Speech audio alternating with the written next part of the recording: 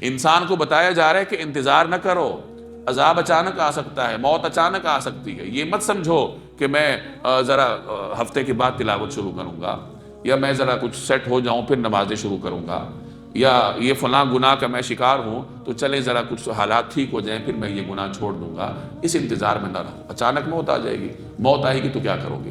اس لیے نیک کام فوری طور پر کر لو، اس میں دیر نہ کرو، نمازیں شروع کرنے میں دیر نہ کرو، اگر نوافل پڑھنے کا ارادہ ہے تو اس میں دیر نہ کرو۔ جو اللہ نے جب آپ کے دل میں ڈال دیا ہے تو انسان کو پھر نیک کام کرنے کے لیے عملی قدم اٹھانا چاہیے۔ کیا خبر زندگی کا موقع دے یا نہ دے۔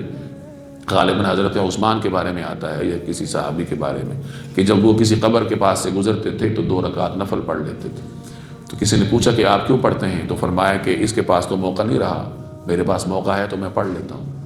تو اس طریقے سے انسان کو عبرت حاصل کرنی چاہیے کہ دنیا سے گیا ہوا شخص وہ کچھ نہیں کر رہا، کر بھی نہیں سکتا اعمال نامہ بند، میرے پاس ابھی موقع ہے تو میں کچھ کر لوں۔